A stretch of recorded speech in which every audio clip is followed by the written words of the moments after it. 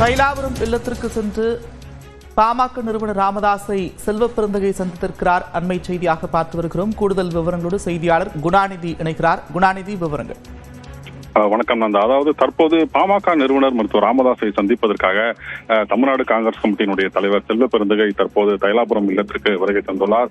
அவருடன் கட்சியினுடைய மாநில துணைத் தலைவர் விஜயனும் தற்போது இருவரும் மருத்துவர் ராமதாஸை சந்திப்பதற்காக தைலாபுரம் இல்லத்திற்கு வருகை தந்துள்ளனர். ஏற்கனவே பாமகவில் அன்புமணிக்கும் மருத்துவர் ராமதாஸுக்கும் இடையே ஏற்பட்டுள்ளது கருத்து முரண்பாடு காரணமாக ஒரு சூழ்நிலை வரக்கூடிய நிலையில தற்போது இந்த சந்திப்பு என்பது முக்கியத்துவம் வாய்ந்ததாக பார்க்கப்படுகிறது. கடந்த சில தினங்களுக்கு முன்பாக உடல்நிலை பாதிக்கப்பட்டு மருத்துவமனையில் அனுமதிக்கப்பட்டுள்ள ஜி.கே. மணியை செல்வப்பெருந்தகை சந்தித்து பேசியது அதாவது குறிப்பிடத்தக்கது. இப்ப அதே போலவே தற்போது மருத்துவர் ராமதாஸை சந்திப்பதற்காக தமிழ்நாடு காங்கிரஸ் கமிட்டியினுடைய தலைவர் செல்வப்பெருந்தகை தற்போது தைலாபுரம் இல்லத்திற்கு வருகை தந்து தற்போது அவரோடு சந்தித்து பேசி வருகிறார். நந்தா, குறிப்பாக இந்த சந்திப்பு என்பது தேர்தல் நெருங்கக்கூடிய நிலையில மிக முக்கியத்துவம் வாய்ந்ததாக பார்க்கப்படுகிறது. ராமதாசனுடைய சாய்ஸ் திமுக கூட்டணியாக இருப்பதற்கான வாய்ப்புகள் இருக்கா? இந்த சந்திப்பு அது தொடர்பான முன்னெடுப்புகளை ஏற்படுத்த வாய்ப்பு இருக்கிறதா குணாநிதி? கண்டிப்பாக நந்தா. அதாவது மருத்துவர் அன்புமணி ஏற்கனவே பாஜக ஆதரவு நிலைப்பாடு என்கிற ஒரு நிலையில் இருப்பதாக கூறப்படுகிறது. இந்த நிலையில்தான் தற்போது தமிழ்நாடு காங்கிரஸ் கமிட்டியினுடைய தலைவர் செல்வப்பெருந்தகையினுடைய இந்த சந்திப்பு என்பது மருத்துவர் ராமதாஸை திமுக கூட்டணி பக்கம் அழைப்பதற்கான ஒரு முதற்கட்ட சந்திப்பாகவே இந்த சந்திப்பு என்பது பார்க்கப்படுகிறது.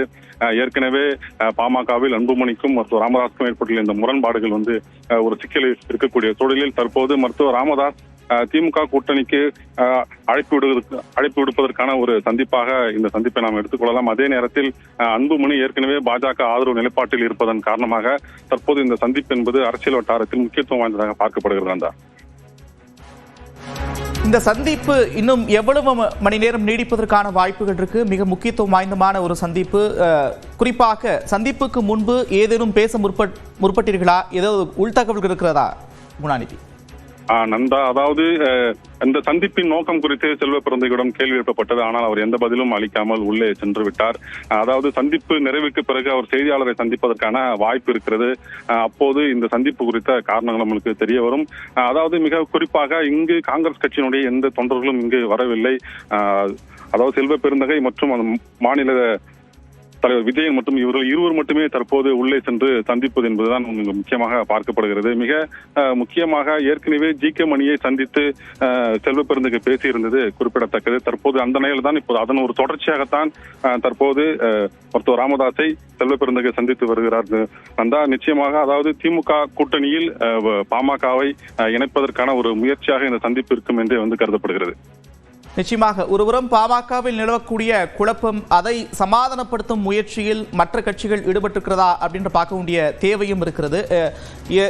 பல்வேறு கருத்து வேறுபாடுகள் இருந்தாலும் கூட அரசியல் கட்சி தலைவர்கள் பொதுவெளியில் இந்த குழப்பம் தீர வேண்டும் என்ற ஆர்வத்தை வெளிப்பட்டிருந்தார்கள். தற்போது செல்வப்பெருந்தகையினுடைய இந்த சந்திப்பும் கூட அது தொடர்பாக இருப்பதற்கான வாய்ப்புகள் இருக்கா குணாநிதி? ஏற்பட்டிருக்கக்கூடிய இந்த பிளவு, அதாவது மருத்துவர் ராமதாஸுக்கும் தொடர்ந்து பேசலாம் குணாநிதி.